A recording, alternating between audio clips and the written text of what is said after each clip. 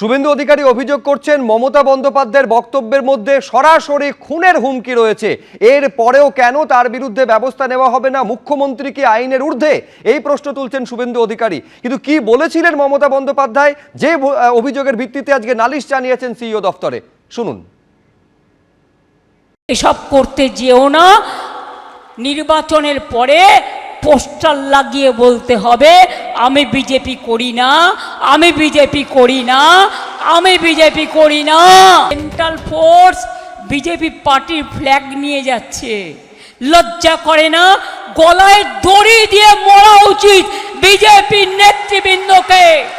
আমি central ফোর্সকে respect করি, কিন্তু আমি দেখেছি কাল বাঁকুড়ায় বিজেপির ফ্ল্যাগ নিয়ে যাচ্ছে। কোনোদিন যা হয়নি কমপ্লেন হয়েছে। মধু আর বিধু হয়েছে দুই ভাই, যত পারো চক্রান্ত তাই করে তাই। আর যদি মনে করে বাইরে থেকে এজেন্সি এনে ছাপ্পা করবে, মা বোনদের বলবো যে রাধে সে চুলো বাঁধে। ছেলেদের পেছনে রাখবেন, আপনারা সামনে থাকবেন, আর কি দিয়ে কি করতে হয় আপনারা সব জানেন। কোচবিহার দক্ষিণ কেন্দ্রের বিজেপি প্রার্থীর প্রচারে থাকা গাড়িতে হামলা চালানো হয়েছে। দেখতে পাচ্ছেন এই ছবি, যেখানে বিজেপি প্রার্থীর প্রচারে এই গাড়িটি ছিল, সেই গাড়িতে ভাঙচুর চালানো হয়েছে, যাতে একজন আহত হয়েছেন। বিজেপি প্রার্থী রথীন্দ্রনাথ বসু, তার প্রচারে থাকা গাড়িতে তৃণমূল হামলা চালিয়েছে বলে অভিযোগ বিজেপি, যদিও হামলার অভিযোগ অস্বীকার করেছে রাজ্যের শাসক দল।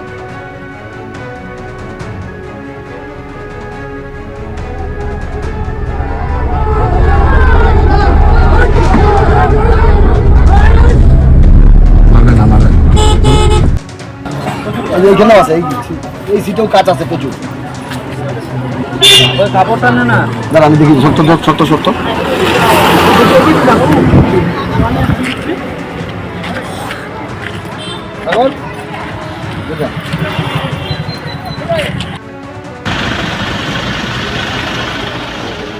কোচবিহার দক্ষিণ বিধানসভা কেন্দ্রের প্রচারে গিয়ে আক্রান্ত বিজেপি প্রার্থী রথীন্দ্রনাথ বোস, এবং যেটা অভিযোগ যে তিনি যখন যাচ্ছিলেন তার সঙ্গে থাকা গাড়ি, সেই গাড়িতে কিন্তু হামলা চালানো হয় এবং গাড়ির সামনের কাজ দেখতে পাচ্ছি সেই কাজ পুরোপুরি ভেঙে গেছে, এবং এই যে সাইডের কাজ, সেই সাইডের কাজও কিন্তু ভাঙা। যেটা বিজেপি প্রার্থীর অভিযোগ, তৃণমূল কংগ্রেস আশ্রিত দুষ্কৃতীরা পতাকা নিয়ে আসে, সেখানে পতাকার সাথে বাঁশ দিয়ে সেই পতাকা বাঁধা ছিল এবং সেই বাঁশ দিয়ে কিন্তু এই গাড়িতে হামলা চালায়। এই ঘটনায় তাদের এক কর্মী গুরুতর আহত হয়েছে, তাকে কোচবিহার এমজিএন মেডিকেল কলেজ ও হাসপাতালে ভর্তি করা হয়েছে, এমনটাই বিজেপির তরফ থেকে জানানো হয়েছে। এবং এই ঘটনার নিন্দা করেছে বিজেপি প্রার্থী। তাদের দাবি যে কোচবিহারে সুষ্ঠু নির্বাচন কিন্তু কোনো মতোই সম্ভব নয়, এবং তিনি নির্বাচন কমিশনের দৃষ্টি আকর্ষণ করেছে এই ঘটনার পেছনে। এবং এই ঘটনার পেছনে সরাসরি কোচবিহার দক্ষিণ বিধানসভা কেন্দ্রের তৃণমূল কংগ্রেস প্রার্থী অভিজিৎ দেব ভৌমিকের দিকে অভিযোগের আঙুল তুলেছেন। ক্যামেরায় শুভ সাহার সঙ্গে শুভেন্দু ভট্টাচার্য, এবিপি আনন্দ, কোচবিহার। দেখতে পাচ্ছেন ছবিতে বিজেপি প্রার্থীর প্রচারে থাকা এই গাড়ি, যে গাড়িতে তৃণমূল হামলা চালিয়েছে বলে অভিযোগ করা হচ্ছে বিজেপির তরফে, এবং এই গাড়ি ভাঙচুরের ঘটনায় একজন আহত হয়েছেন বলে খবর। বিজেপি প্রার্থী রথীন্দ্রনাথ বসু, তার প্রচারে থাকা গাড়িতে হামলা চালানো হয়েছে, যদিও তৃণমূলের বিরুদ্ধে ওটা হামলার অভিযোগ অস্বীকার করেছে রাজ্যের শাসক দল।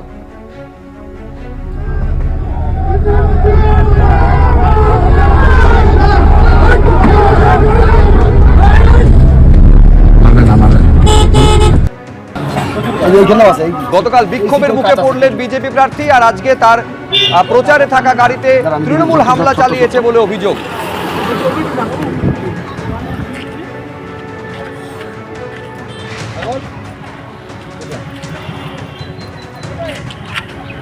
তার উপরে হঠাৎ দেখলাম একটা মব, উন্মত্ত কিছু তৃণমূলের গুন্ডা, যাদের চেহারা দেখলেই বোঝা যায় তারা একটা মানে পাশবিক একটা নেচার।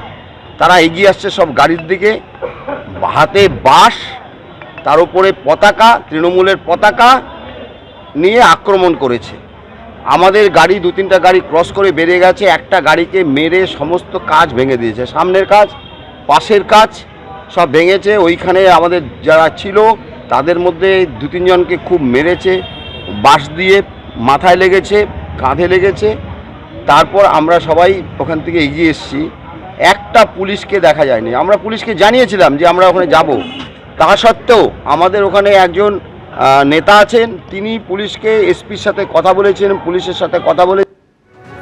আপনারা শুনলেন যে বিজেপি প্রার্থী তিনি অভিযোগ করছেন যে পুলিশকে জানানো সত্ত্বেও নিরাপত্তার কোনো বন্দোবস্ত প্রশাসনের তরফে করা হয়নি, আর তারপর উন্মত্ত তৃণমূল কংগ্রেসের কর্মী সমর্থকেরা তারা এইভাবে হামলা চালিয়েছে তার গাড়ির ওপরে। এবিপি আনন্দ, এগিয়ে থাকে, এগিয়ে রাখে।